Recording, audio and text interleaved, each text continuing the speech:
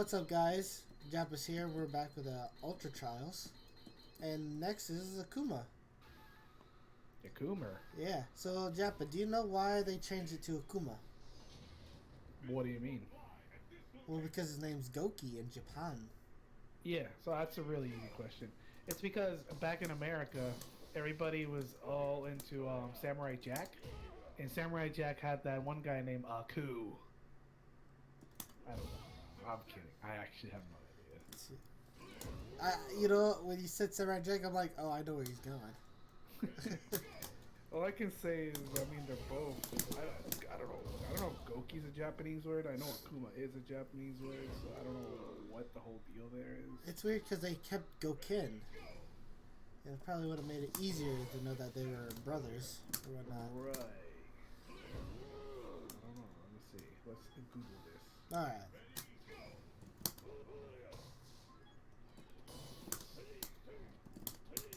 Are you kidding? Oh my goodness.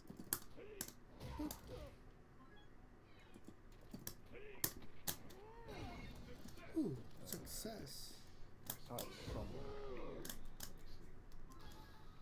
Let me see. The explanation.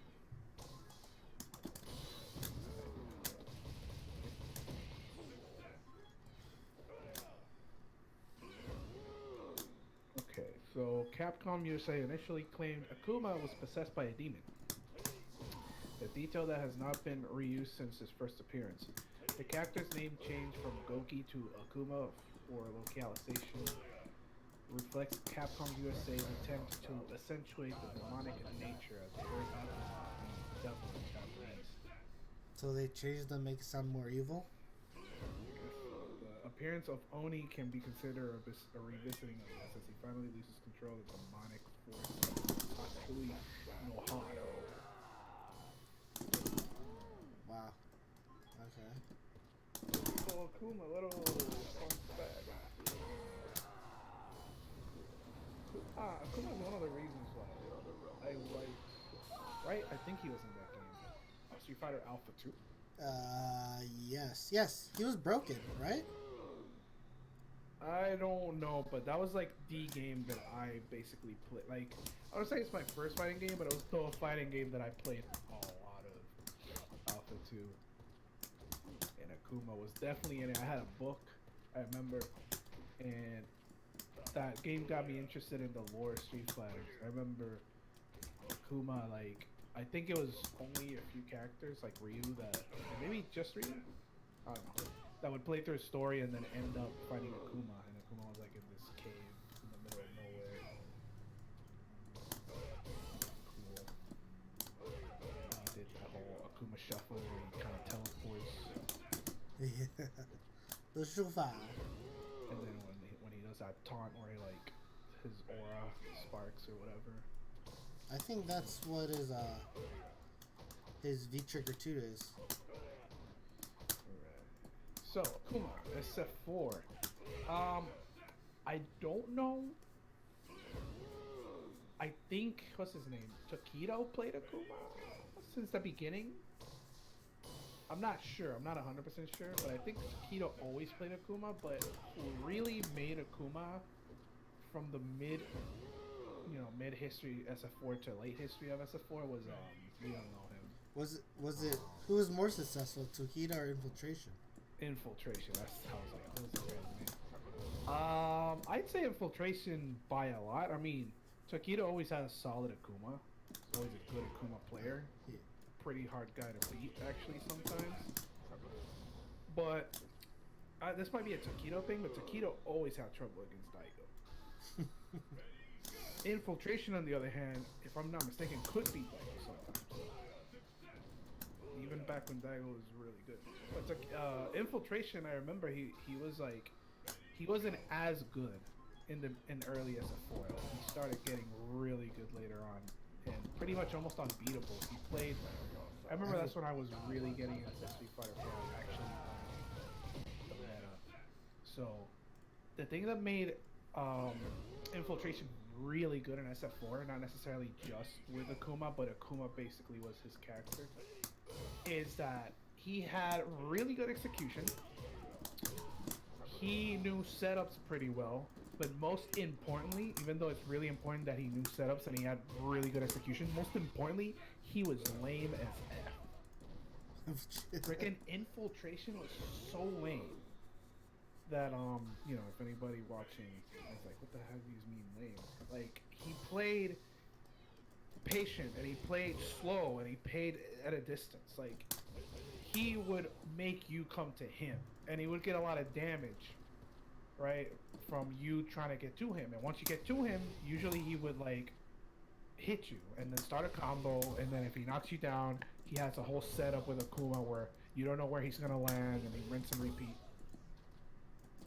Like, that's what made infiltration so good. It's just he was so good up close, but even deadlier far away. He would always make you go towards him. Which is a lit. Yeah. I remember. I was just gonna say, which is a kind of a weird sort of change of pace, because he then picked up the Capri. Yeah, that's what I was gonna say. Even though he had a lame DeCapri, compared to how DeCapri usually played, DeCapri was way more aggro than Akuma. Yeah. Yeah, that DeCapri was sick. It was just due in infiltration with DeCapri, as far as I remember. Well, they were the people that were good with DeCapri. I don't remember if there was anybody else that was like as successful. There's a lot of other Akuma players, so those are like the two big ones. Takedo was solid, but oh goodness, his infiltration just played Akuma so patiently that it was nasty. It's like that man's Akuma was so patient. The teleport into Armageddon.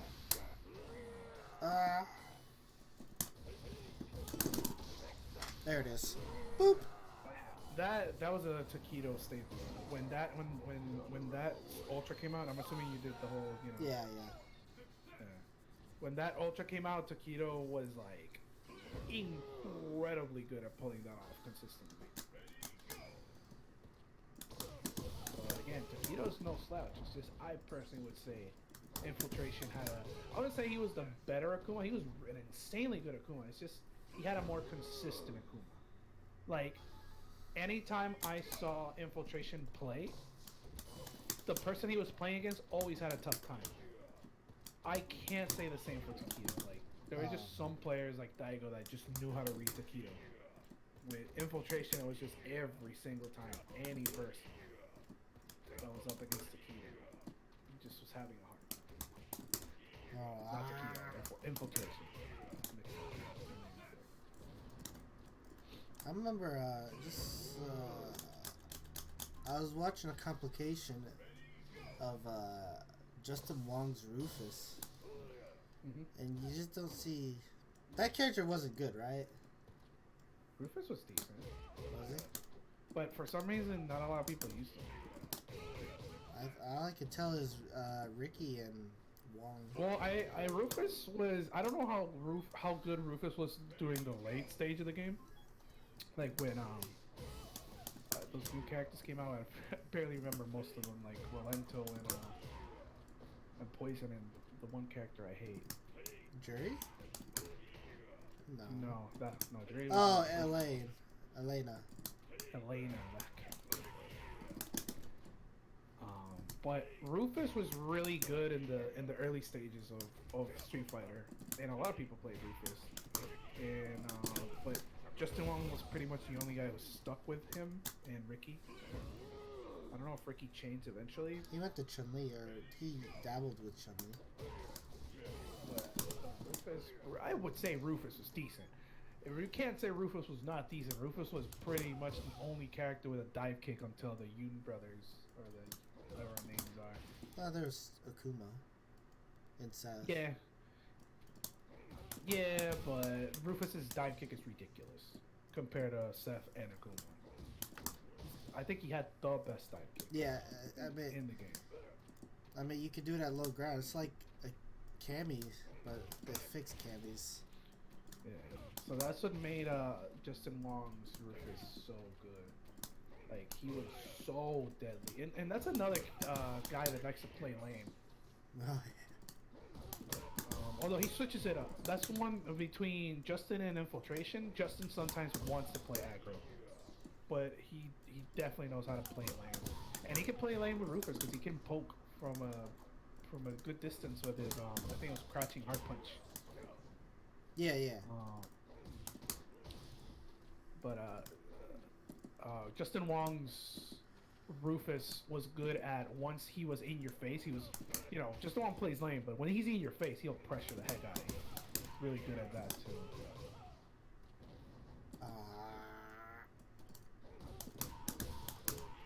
Rooferino. Would you say those two are the lamest characters? The lamest people? Players? Yes. Well, I mean, I'm pretty sure Dawson players are pretty lame. Yeah. If you're a Dawson player, you're kind of special. I heard Arturo Sanchez say that when you play Dawson, you basically he would get so stressed out he would have to like take a smoke break every once in a while. Because playing Dawson isn't like you can't really go aggro. You have to play like super patient but at the same time super focused.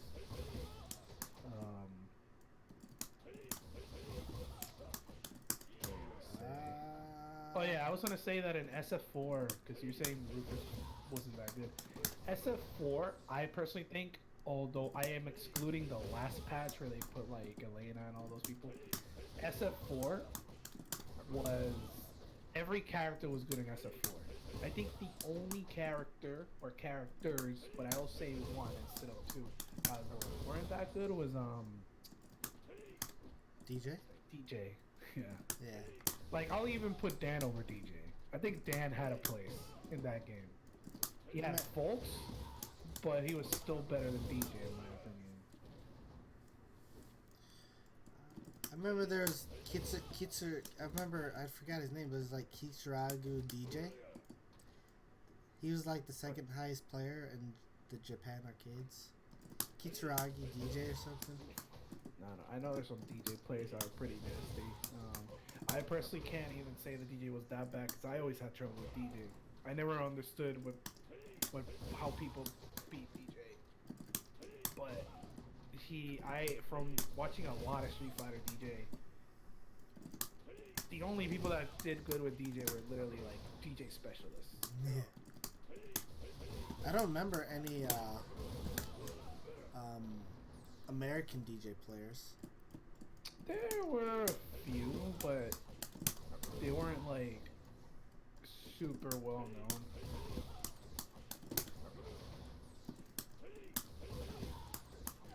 I can't think of another character. I mean, maybe Dan. I know a lot of people play Dan. Not a lot of people played Jury, and she was supposedly really good. Yuri was... I don't know why a lot of people didn't play Yuri, but Yuri was... I think what made her difficult, she wasn't extremely difficult, but what made her kind of like undesirable, I'm going to say, was that you had to hold a button to throw a projectile. That was kind of bad. Oh, with that being said, I finished the Akuma Trials. So, thanks everyone for watching, and stay tuned on the next trials. Thank you.